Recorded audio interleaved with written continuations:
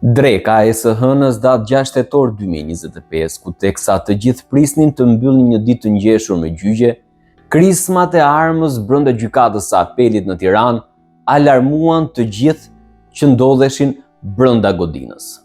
U deshën pak sekonda për të kuptuar se në sallën numër 3, ku po zhvillohej një gjyq civil, kishte të shtëna disa.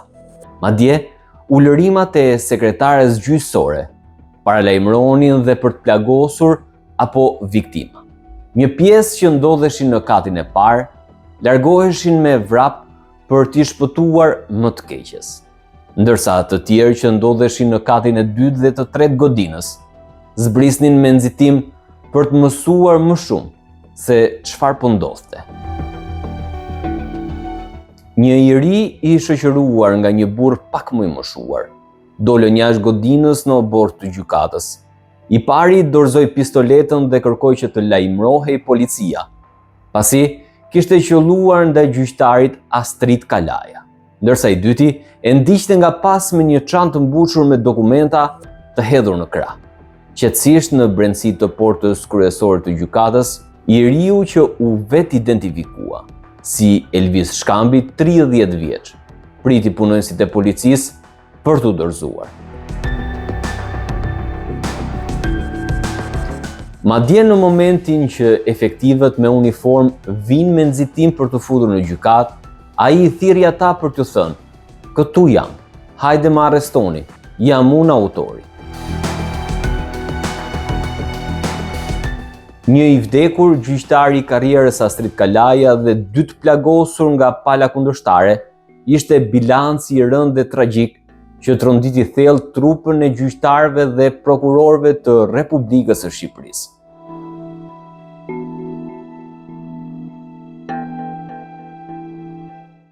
Ngushëllime familjes Kalaja për humbjen e njeriu të tyre të dashur.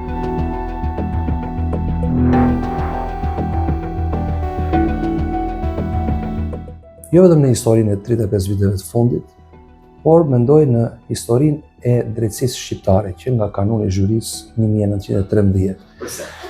Sepse nuk ka ndodhur asnjëherë që një palë e cila ka kërkuar vetë të marrë shërbimin nga drejtësia, të paraqitet dhe të godas gjyqtarin pikërisht në momentin që ai lexon verdiktin. Një kalvar i gjatë gjyqjesh e përpjekjesh ligjore të familjes Shkambi, që datojnë të paktën që prej vitit 2002 për të fituar pronësinë mbi truallin e trashëguar dhe më pas nga viti 2012 në vijim në gjyqje për të fituar të drejtën për të gëzuar e poseduar objektin shtetëror i Shkolla e Rezervave Shkodër, të cilin e kishin privatizuar duke paguar tek Ministria e Financave shumën për 160 milion lekësh të vjetra.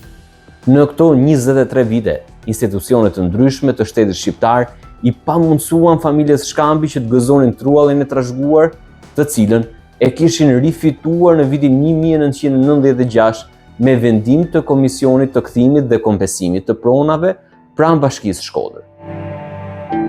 Kjo vrasje e paprecedent, përveç se është një atentat ndaj jetës së gjyqtarit, që shorti i verbër, se ashtu dizenjohet, pra kur themi short, nuk kuptojmë shansi i verbër, e solli përpara agresorit, apo qytetarit, apo palës ndërgjyqëse. Atentati është ndaj gjyqësorit, sepse është bërë në sallën e gjyqit në momentin më solemn kur gjyqtari po shpallte vendimin.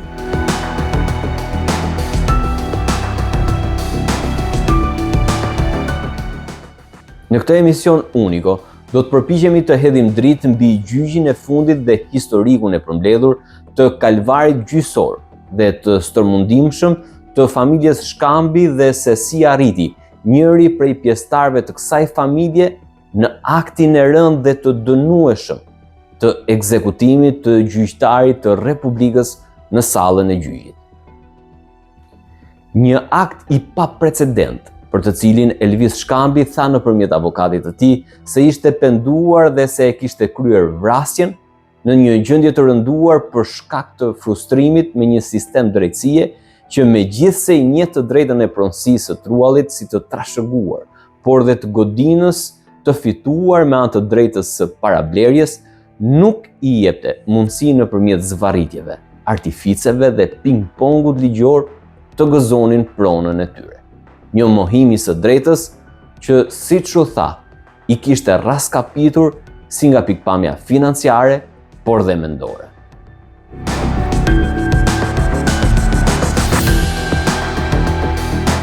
Është një ngjarje e cila flet qartazi për frustrimin e jashtëzakonshëm nga njëra anë të qytetarëve, të cilët nuk po gjejnë dot në drejtësi, ose nuk po e marrin dot drejtësinë brenda një afati të arsyeshëm, nuk po them shpejt në mënyrë efikase, po minimalisht brenda një afati të arsyeshëm, për të cilit nëse jepet drejtësia, gjithmonë konsumohen shkeljet e drejtave të njeriu, por nga ana tjetër edhe tregues, siç e kuptuam nga e gjithë analiza do të thosha e sinqert dhe me pasion që u zhvillua në pasim të kësaj ngjarjeje shumë të rëndë në media, edhe vetë komunitetit të gjyqtarëve, të cilët punojnë në kushte të padenja, janë pak për të përballur gjithë të presion, ankesash apo çështje që kërkojnë shqyrtim, janë lënë në mëshirë të fatit nga kush, nga vetë qeveria e gjyqësorit, e cila ka për detyrë, kujtoj këtu, të plotësoj trupën gjyqësore me gjyqtar përmes vendimeve që merr apo masave që vet, të aktivizoj skemat e delegimit ku gjyqtarët mungojnë, këto janë të pezulluara, të caktoj kryetarët e gjykatave, t'i lejoj ata pra trupën gjyqësore, këshillat gjyqësore që të ushtrojnë autonominë financiare dhe ku ata vetë të mundet të gjejnë zgjidhje të përditshmërisë tyre. Të mundet që fjala vjen gjyqësori shqiptar të ketë mundësi të mos zhytet edhe më thellë në peshën e dosjeve që për parantezë kanë arritur në 50.000 dosje në pritje të shqyrtimit në gjykatën e apelit të jurisdiksionit të përgjithshëm.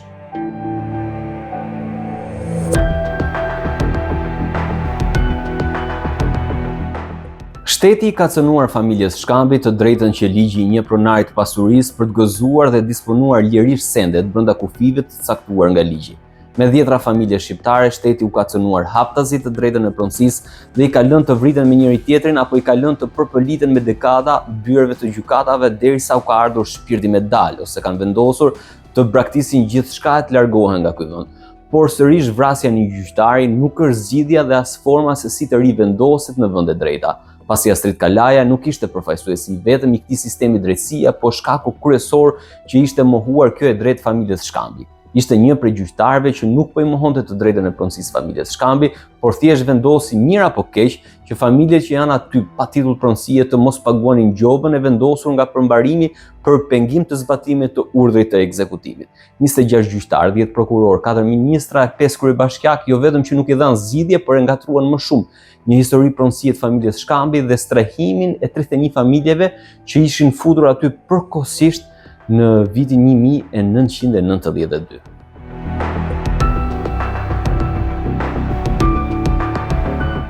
Ne shpallëm alarmin dhe sigurisht kërkuam shpalljen e emergjencës gjyqësore dhe për e thanën që tashmë me një reformë drejtësie të miratuar dhe të vendosur në zbatim nga viti 2016 dhe me një reformë të rrethave gjyqësore e cila u bë nën motivimin fals të rritjes së eficiencës gjyqësore, po na rezultonin që 78% e totalit të çështjeve civile themelit, ku përfshihen çështjet e pronave, çështjet e kujdestarisë, çështjet e pensioneve të pensionistëve apo dhe të indeksimit të pensioneve të ushtarakëve, që përfaqësojnë një shumatore të madhe, pra një barë të rëndë në stokun aktual, nuk arrinin dot të jo thjesht të gjykoheshin brenda një afati të arsyeshëm, por kishin dalë 78% e çështjeve që kishin marrë vendim tej afati të gjykimit të arsyeshëm, që është 2 vite në shkallë të dytë dhe sigurisht 2 vite për çështjet civile në shkallë të parë.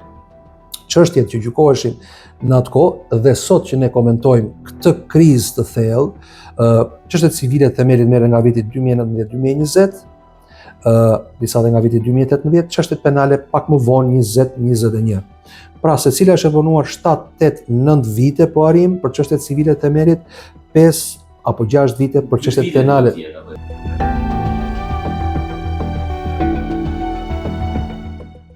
Le t'i marrim me radhë. Në gjykatën e apelit Tiranë, gjyqtari Astrid Kalaja kishte marrë në shqyrtim një çështje civile ku kishte zhvilluar në total 4 seanca gjyqësore, duke nisur nga data 7 korrik dhe përfunduar me 6 tetor ku dhe humbi jetën. tipi çështjes ishte kundërshtim veprimesh përmbarimore, më konkretisht nëse duhet të qëndronte në fuqi gjoba e zyrës së përmbarimit Shkodër me nga 50.000 lekë të rinj për 13 prej familjeve që kishin kundërshtuar urdhrin përmbarimor të ekzekutimit për lirimin e ambienteve që janë në pronësi të Gjon Shkambit.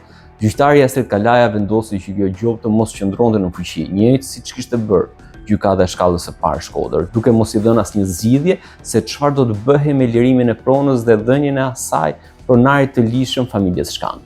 Ne shikojmë që, për shembull, në disa raste që kemi analizuar, një pjesë e avokatëve kanë mundur të çelin padim me objekt veçantë për tejkalim të afatit gjykimit të arsyeshëm, por ato rrëzohen përgjithsisht në gjykatën e lartë. Pretendimi ka qenë që trupa gjyqësore mungon, vettingu është një interes kombëtar, rrjedhimisht jemi detyruar të presim pak më shumë se herët e tjera. Familja Shkambi e ka fituar pronësinë e truallit ku ndodhet e ndërtuar godina e ish shkollës së rezervave nëpërmjet një vendimi gjykate të vitit 1993 dhe vendimit të kthimit dhe kompensimit të pronave të peskorrikut vitit 1996. Prona me sipërfaqe totale prej 4.053 metra katror i është rikthyer familjes Shkambi që ka pretenduar pronësinë në atë kohë dhe aktualisht që sipas tyre ka qenë para vitit 1945 pronë e Binak dhe Syk Shkambit. Një pretendim i tillë i familjes Shkambi hidhet poshtë nga pjesëtarët e familjeve që janë në godinën e ish shkollës ku sipas banorit Ndocit në zyrën e hipotekës Shkodër mungojnë praktikat apo dokumentat se si janë bërë regjistrimet në zyrën kadastrale të këtyre pronave dhe origjina e pronës. Ai akuzon në mënyrë të drejtë për drejtë se kjo pronë në Shkodër, ky truall, është fituar në mënyrë të padrejtë dhe të dyshimt nga familja Shkambi nga Dugajgji.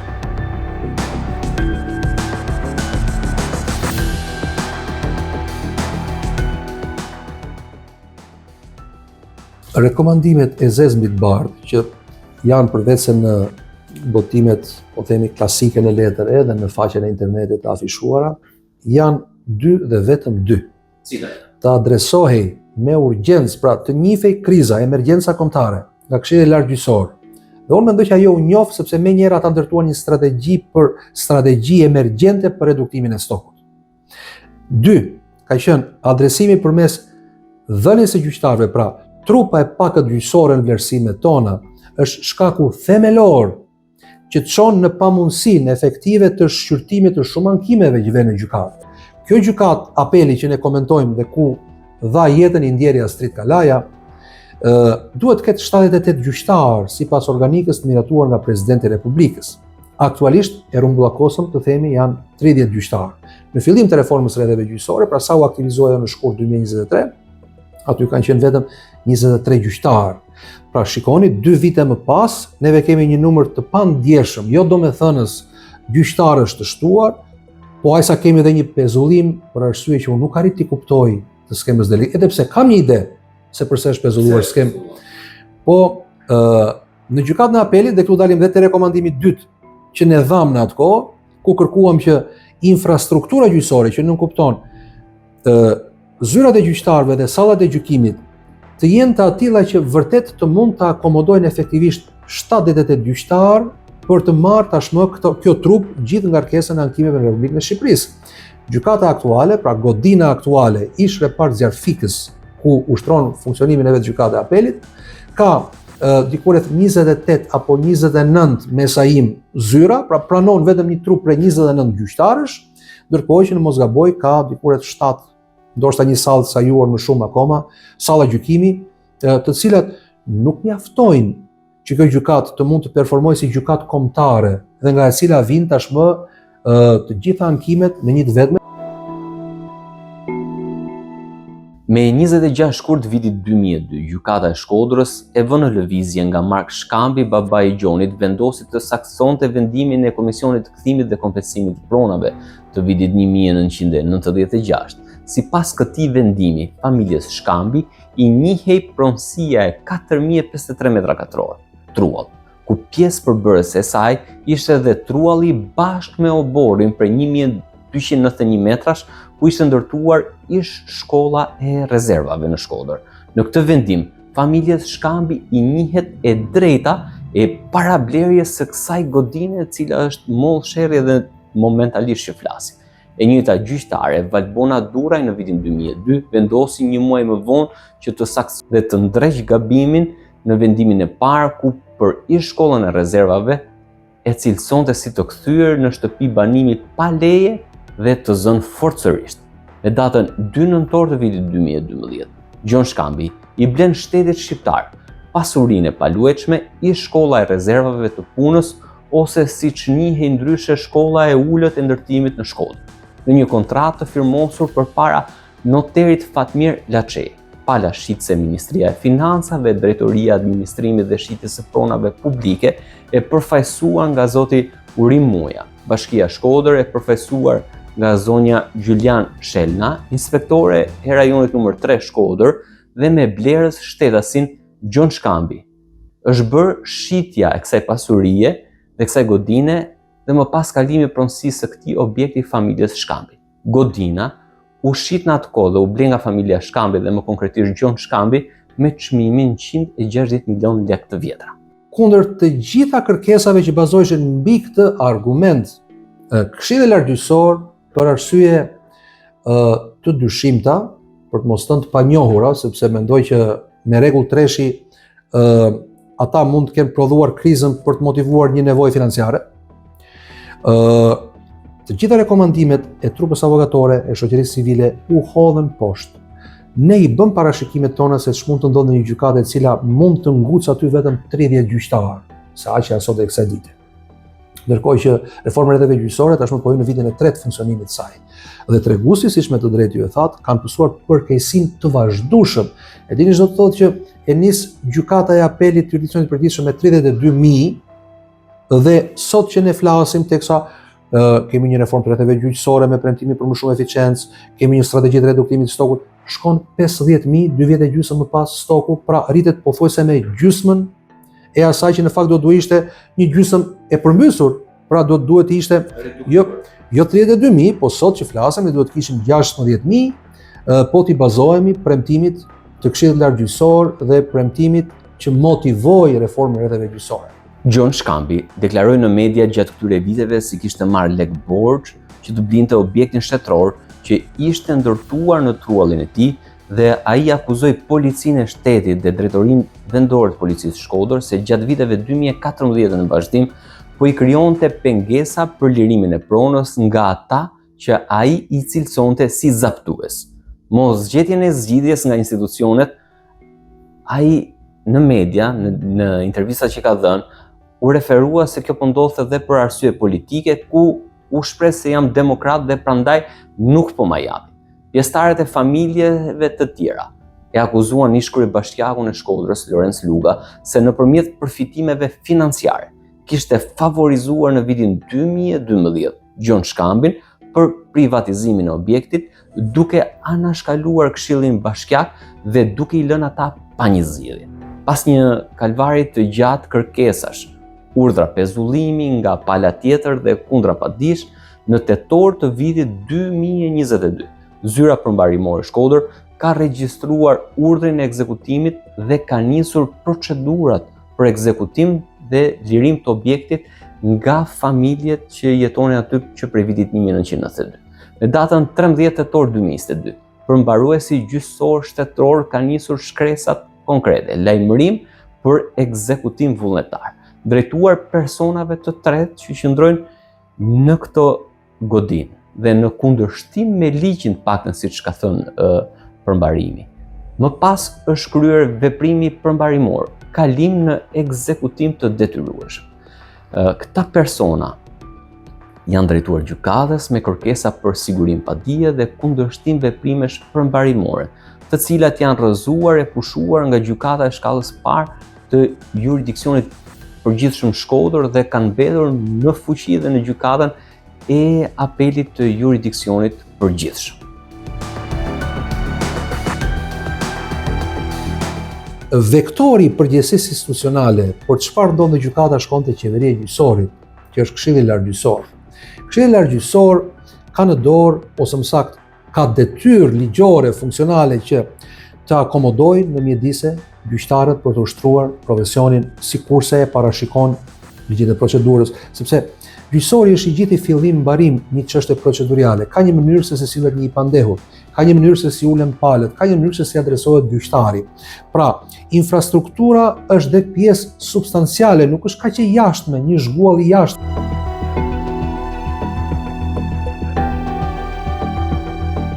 Pas këtyre vendimeve, përmbaruesi ka vazhduar me procedurat, duke u mbështetur në nenin 606 të Kodit Procedurës Civile me datën 3 tetor 2023.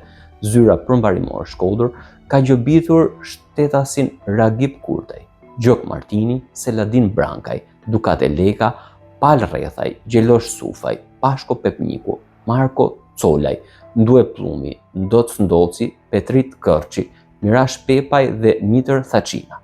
Personat e gjobitur janë drejtuar gjykatës së shkallës së parë të jurisdiksionit të përgjithshëm Shkodër me kërkesë padi, ku kanë kërkuar anullimin e gjobave përmbarimore.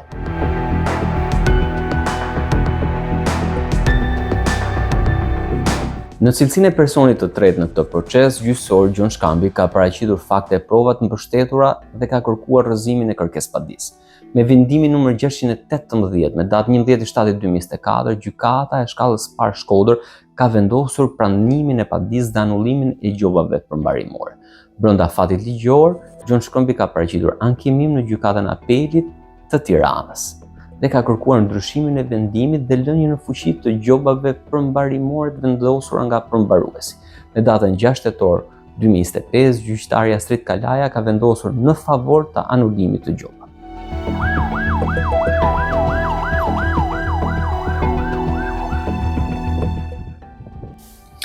Gjyqtarët kanë propozuar që salla e mbledhjeve, ku ata duhet marrin vendime të rëndësishme, të marrë emrin e të nderit Astrid Kalaja, gjaku i tij që dëshmoi këtë krizë të thellë, nuk duhet lënë të humbas dhe me patjetër duhet që nëse do të ketë një reformë të re, kjo duhet të jetë menjëherë reforma e organeve drejtuese të gjyqësorit.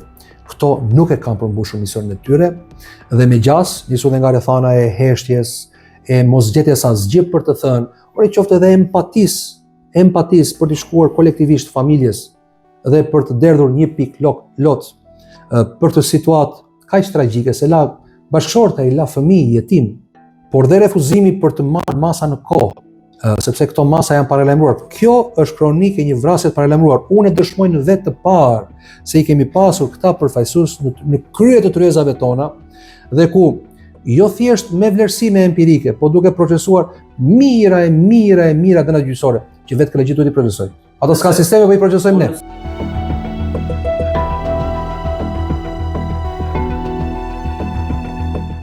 Tridhjetë e një familjet kanë pretenduar se janë futur në godin me një vendim të Këshillit Bashkiak të Shkodrës në vitin 1992 dhe më pas kanë nënshkruar një akt marrëveshje për qëndrim të përkohshëm kundrejt pagesës së qeras për një periudhë nga 6 muaj deri në 1 vit. Vërtetësia e kësaj akt marrëveshje provizore dhe vendimi i Këshillit Bashkiak u bën objekt i një procesi të gjatë penal dhe gjyqësor të zhvilluar mes Gjon Shkambit dhe 31 familjeve që nga viti 2014, kur u bë kallëzimi i parë për origjinalitetin e këtyre dokumentave dhe letrave të paraqitura nga shtetasi Gjon Shkambi si kallëzues. Procesi penal që vijon deri në shkurt të vitit 2025. Ky proces penal është i ndarë nga vendimarrja civile që u bë shkak për vrasjen e gjyqtarit Astrid Kalaja. Bashkia Shkodër në korrespondencën me prokurorinë e Shkodrës ka konfirmuar se rezulton se nuk ka akt marrëveshje në arkivin e kësaj bashkie në emër të këtyre familje. Këshilli Lartë Gjyqësor duhet riformatuar. Këshilli Lartë Gjyqësor duhet ekspozuar për të marrë përsipër përgjegjësitë që i takojnë. Unë mendoj që ky proces ka nisur. Skizma e thellë midis trupës gjyqësore, e cila punon në kushte jo të denja. Ju a dëshmoj këtë, shkonin në gjykatën e Rrethit Fier, shkonin në çdo gjykatë tjetër, po doni edhe gjykatën e Apelit të Tiranës. Këto janë gjykata mizerabël, pa sisteme, po të hyni për shumë vjeravin ke gjykatë e Fierit, përveç se hyni rrugë pa rrugë për të gjetur hyrjen e gjykatës, përveç se aty gjithçka e shfytyron individin që kërkon të marrë shërbimin e drejtësisë. Aty mungojnë sistemet, duhet të kalosh në për meri manga, fiesh, telefoni, korrenti për të gjetur derën e gjykatës. Pra, është një turp, është një skandal i tmerrshëm për çfarë neve si thua i pretendojmë gjyqësori dhe për çfarë gjyqësori e ka në veten e vet. Dhe për t'i dhënë përgjigje pyetjes tuaj, Këshilli i Lartë Gjyqësor duhet vendosur përballë përgjegjësisë. Minimalisht ta duhet nxjerr nga anonimati. Kjo nuk është koha për të heshtur, nuk po them që ata të vënë menjëherë të bëjnë veprim, por minimalisht është koha për të folur dhe për të folur hapur. Nuk mund të pretendojnë hapjen e gjykatave, se në këtë pikë si themi do as publikut më shkon diçka e gjyqin, se mund vritesh aty. Po të kishte pasur publik, palet që mund të kishte ndodhur në atë sallë gjyqi. E pra gjyqet janë publike në Republikën e Shqipërisë.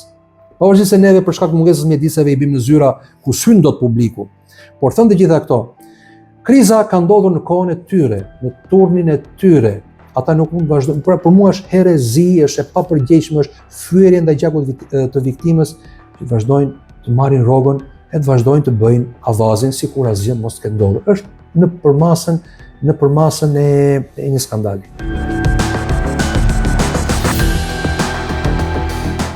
Nga ana tjetër, në vitin 2014, Arkivi Shtetëror Vendor Shkodër ka konfirmuar se nga kërkimet që kishte kryer nuk rezultonte dhe nuk arrinte dot të gjente dokumenta me përmbajtje vendim i Këshillit Bashkiak nr. 52 datë 5 shtator 1992.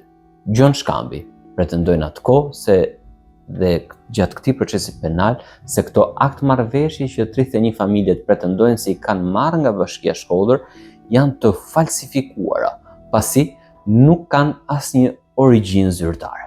Prokuroria e Shkodrës pyeti në atë kohë shtetasin Filip Guraziu, ish kryetari i Bashkisë Shkodër, i cili pranoi përpara prokurorisë ekzistencën e marrëveshjeve, duke deklaruar se në marrëveshje me ministrinë përkatëse, meqense nuk funksiononte prej kohësh shkolla e ulët e ndërtimit, ne pam të arsyeshme që në ambientet e kësaj shkolle të strehonim këta njerëz, por natyrisht me vendim të Këshillit Bashkiak numër 52 datë 5 shtator të vitit 1992. Pasi më vihen në dispozicion këto akt marrëveshje, deklaronte ish kryetari i Bashkisë, lidhur me nënshkrimin tim tek rekuizita kryetar bashkie, kam për të thënë se nuk është nënshkrimi im, por është nënshkrimi i shefit të punëve komunale dhe të strehimit të asaj kohe, shtetasit Paulin Deda, i cili ka ndërruar jetë. Unë jam në dieni të këtyre akt marrëveshjeve dhe ka qenë me aprovimin tim nënshkrimi i tyre nga ky nënpunës. Vula e vendosur në këtë akt marrëveshje me mbishkrimin Republika Popullore Socialiste e Shqipërisë ka qenë në përdorim në atë periudhë.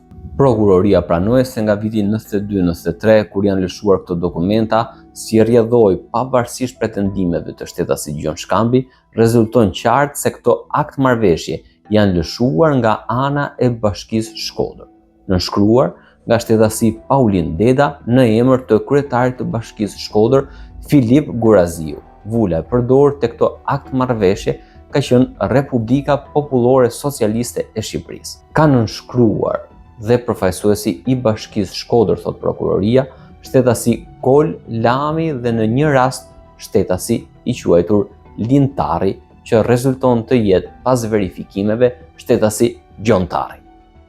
Shtimi i policëve edhe mund ta parandalonte ngjarjen e rëndë. Siguria në gjykata është një problem më vete, por siguria në gjykata është bërë akut si problem për shkak se shkaqet e themelit, pra rënja që prodhon konfliktin, është atje e patrajtuar, e patrazuar. Që do më thënë, konflikti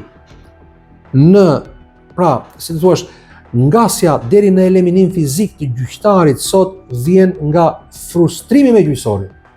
Vjen nga pamundësia për të shërbyer me drejtësi në dyert e gjyqësorit. Vjen nga zvarritjet ekstreme.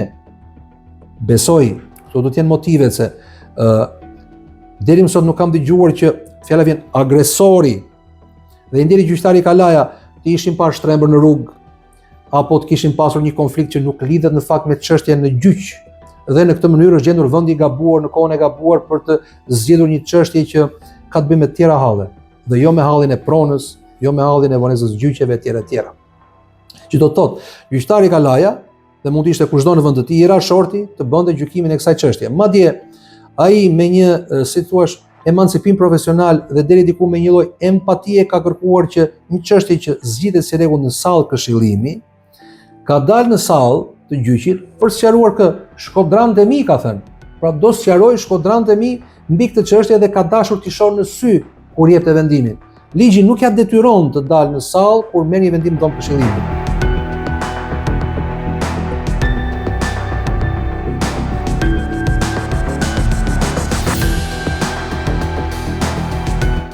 Prokuroria kishte për detyrë të verifikonte ekzistencën e marrëdhënies juridike civile të qeras apo të banimit të kallëzuarve dhe Bashkisë Shkodër dhe duhet të verifikonte nëse të kallëzuarit, pra 31 familjet, kanë bërë pagesa në llogaritë të Bashkisë Shkodër për përdorimin e ambienteve në pronësi të kallëzuesit Gjon Shkambi. Nga pyetja të gjithë personave të kallëzuar, thot prokuroria, nuk rezulton që të jetë bërë pagesa për llogaritë të Bashkisë Shkodër për përdorimin e ambienteve në pronësi të kallëzuesit Gjon Shkambi.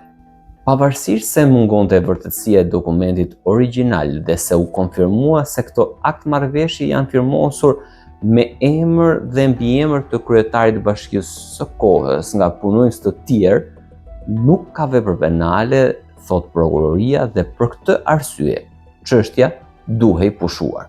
Gjon Shkambi u ankua dhe gjykata e Shkodrës fillimisht e shkallës parë pranoi ankimimin e tij, duke urdhëruar prokurorinë që të vijonte hetimet për veprën penale të falsifikimit të dokumentave.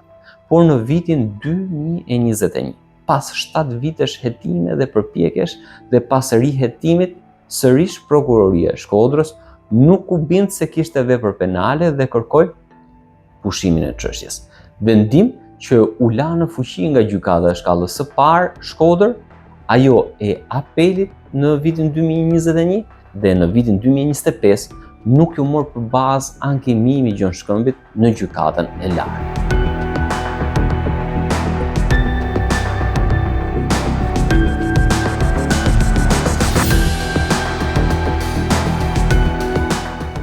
Kemi një komunitet gjithmonë më në rritje, se nëse flasim 50.000 dosje stok në apel dhe rreth 190.000 në të gjitha gjykatat e vendit, pra po i rrumbullakosim 200.000 dosje në gjykatat e vendit, 200.000 me nga 4 veta që mbledh secili gjyq, pra një palë ka 2 veta, një palë ka 2 veta të tjerë, po marrim thjesht raportin e ngjarjes fundit, ne këtu po shkojmë avash avash në 800.000 apo në 1 milion qytetar shqiptar që kaq janë të rriturit, se pjesa tjetër janë fëmijë në Republikën e Shqipërisë që jetojnë në këto territore, që janë të gjithë në dyert e gjyqësorit.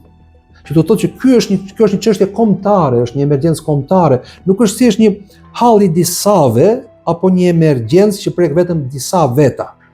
Kjo është emergjencë kombëtare që prek të gjithë shqiptarët. Nëse marrim këtu fjala vjen konfliktin e madh gjyqësor që shkon në dyert e gjykimit administrativ, i gjithë shteti është i paditur, ato 30.000 dosje që janë në gjykatat administrative të apelit, shumë e thjeshtë për ta thënë që i paditur në apelin administrativ është vetëm shteti, administrata. Ky është para kushti për të ndarë një çështje civile nga çështja administrative. Pra, një shtet që ka prodhuar kaq shumë konflikt, ju mund ta kuptoni vetëm nga statistika e gjykatës administrative. Patjetër që në çështjet pronësore, ku prap dora e shtetit, e strukturave të tij, bën një ligj tjetër diku, jep një vendim, pastaj jep një vendim tjetër kontradiktor dhe palët përplasen pa gjetur zgjidhjen kurrë dhe nuk ka perëndi të bëj më shkokolepsin e kësaj drame.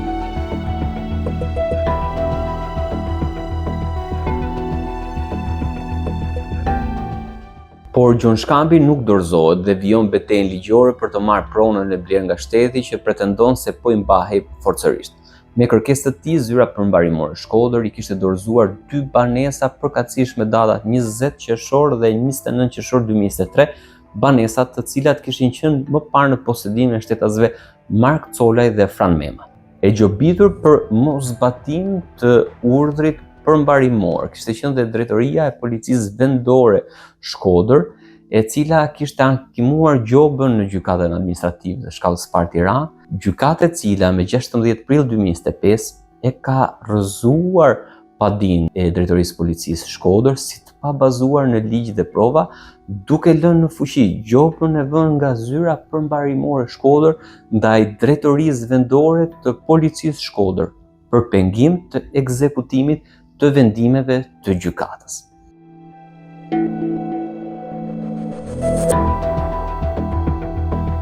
E shoh pozitivisht, jemi sinqert me ju, mbledhje me urgjencë të mbledhjes kombëtare të gjyqtarëve, ku edhe deklarata, pra promemoria e pranuar apo e hartuar në këtë organizim, por dhe fjala e kryetarit të gjykatës lartë, i kërkonin llogari Këshillit Lart Gjyqësor për mosveprim dhe për, si të thuash, mungesën edhe të asaj që mund ta quaj një empati profesionale, është vrarë një gjyqtar.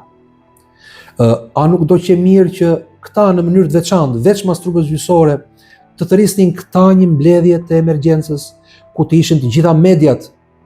Ç'do të thënë këto mbledhje pas dyerve të mbyllura? Çfarë mbajnë këta pas dyerve të mbyllura? Ku është sekreti këtu, kur në fakt këtu ka ndodhur hataja dhe ku hapja dhe folja me sinqeritet e problemeve është e vetmja mënyrë ndoshta për ta vendosur në rrugën e zgjidhjes. Sepse duke qëndruar të mbyllur, këtu vetë se konspiracion do të prodhohet, ku e kanë hallin këta, mos ka ndonjë tender për të bërë për godinën, mos kanë pasur ndonjë diçka e cila në fakt nuk ka të bëjë fare me gjyqësorin, por pra, gjitha këto, ky stakim i madh nga emergjenca, nga shkelja e drejtave të njerëzit, nga vonesat historike që po përballim ne sot në sistemin gjyqësor, dhe në finale asnjë zgjidhje e propozuar, pra o një reaktivizim i skemës delegimit, o abrogimi i reformës së drejtave gjyqësore, ore le të dalim sërish gjyqtarët në gjykatën e Shkodrës, të gjykojnë dhe në gjykatën e Vlorës, sepse le ta pranojmë, janë 30 gjyqtarë sot efektivisht aty në gjykatën e Apelit, 10 këtu në Tiranë, 10 në Shkodër. Dhe ne do të kemi minimalisht 3 detektor, 3 plus 2 roje, pra 1 roje të gjykatës plus 2 policë, një mashkull, një femër, dhe më shumë salla, më shumë zyra.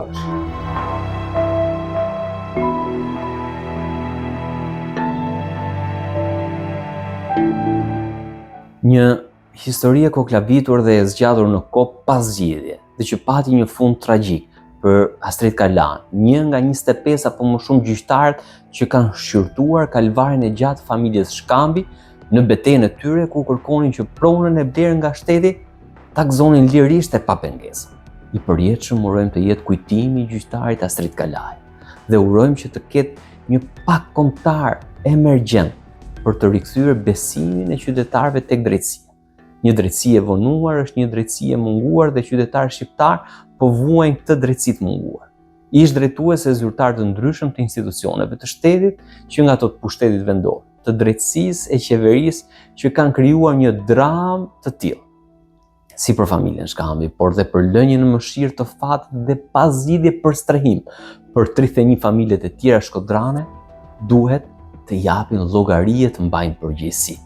Kjo e fundit përgjegjësia e tyre, siç duket, është e vështirë të ndodhë, pasi të gjitha veprimet e deritanishme tregojnë orientimin e përgjegjësisë vetëm drejt vrasësit Elvis Shkambi dhe rojës së shkret me diabet, i cili ishte vendosur me zor në një vend pune për të cilin nuk kishte as kualifikimin dhe as trajnimin e nevojshëm.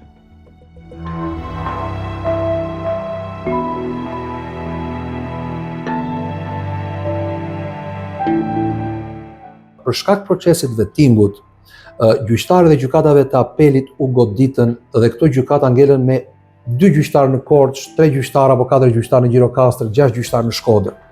Ligjet e reformës së drejtësisë ka një parashikim i cili është penalizues. Nuk mund të ekzistojë një gjykatë Apeli me një trup gjyqësore me më pak se 10 gjyqtarë. Që do të thotë që Këshilli i Lartë Gjyqësor, në vend që të vinte alarmin dhe të gjente mënyrën se si do të sillte gjyqtarët e munguar nga vettingu në apel, zgjodhi që të godas përveç gjyqtarëve, tashmë edhe godinat, duke i lënë ato në hije, sepse nuk mbusheshin me trup gjyqësore, dhe çfarë ishin 2-3 kokra diku, 5-6 kokra diku, e kam fjalën për gjyqtarë të mbetur që kishin kaluar vettingun, ti gruponte të gjitha në një godinë në Tiranë. Dhe nga ana tjetër, këtë e shoqëroi me një premtim të pambajtur sot tek kësaj dite, që ishte ndërtimi i një poli, pra e një infrastrukture që u quhet poli i drejtësisë ose si të thuash vendi ku do të grupoheshin gjykatat e Republikës së Shqipërisë, apo një gjykatë moderne apeli, dinjitoze për kushtet e reja ku ndodhet Shqipëria, e cila në dijen time sot që ne flasim nuk ka asnjë shesh të përcaktuar se ku do ndërtohet, as ndonjë skicë apo themelet hedhura gjikundi, dhe që do të thotë që kjo që e një gënjeshtër e madhe. Mirë, ju thatë në ato emergjencë kombëtare, dhe kjo emergjencë me sa duket ngeli vetëm në letër. Ata ju dëgjuan ju, nuk ju kundërshtuan dhe pranuan. Nuk asgjë.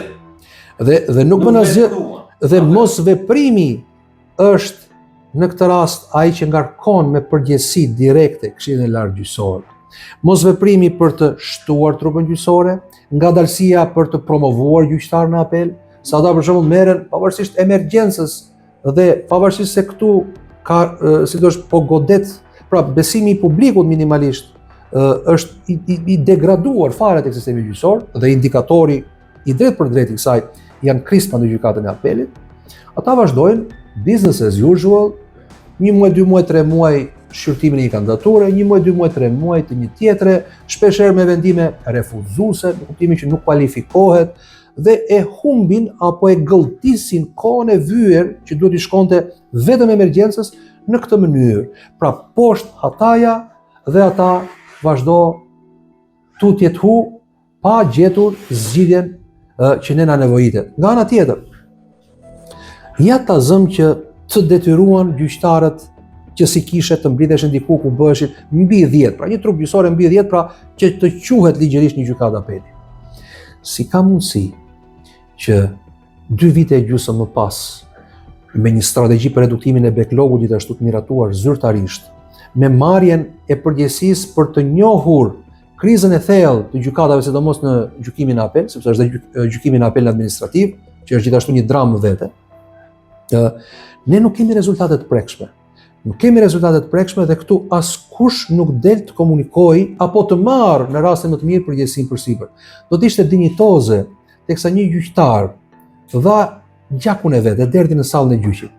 Dhe për këto, si të thuash, para kushte që ne po analizojmë, që i kanë rënë thellë, nuk lindën sot këto çështje. Këto janë çështje të mbartura, të akumuluara, që shpërthyen. Deri në sot, bëhet një javë në lirë. Askush nga Këshilli i Lartë Gjyqësor nuk ka dalë për folur dhe nuk ka dhënë as negociatë, as kryetarius. Është mungesa më e lartë e papërgjegjshmërisë së vëzhguar ndonjëherë në Republikën e Shqipërisë, sidomos në çështje sensitive që preken gjyqësorin.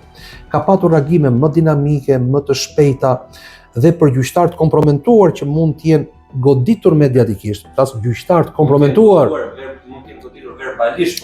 Pra, një gjyqtare e cila më pas mund të ketë qenë ajo vetë e përjashtuar po nga Këshilli i Lartë Gjyqësor, më herët të fundit e ka vënë në lëvizje për të bërë reagime dinamike, energjike, për të mbrojtur, si thua, figurën e gjyqtarit, për të mos sënuar besimin në drejtësi.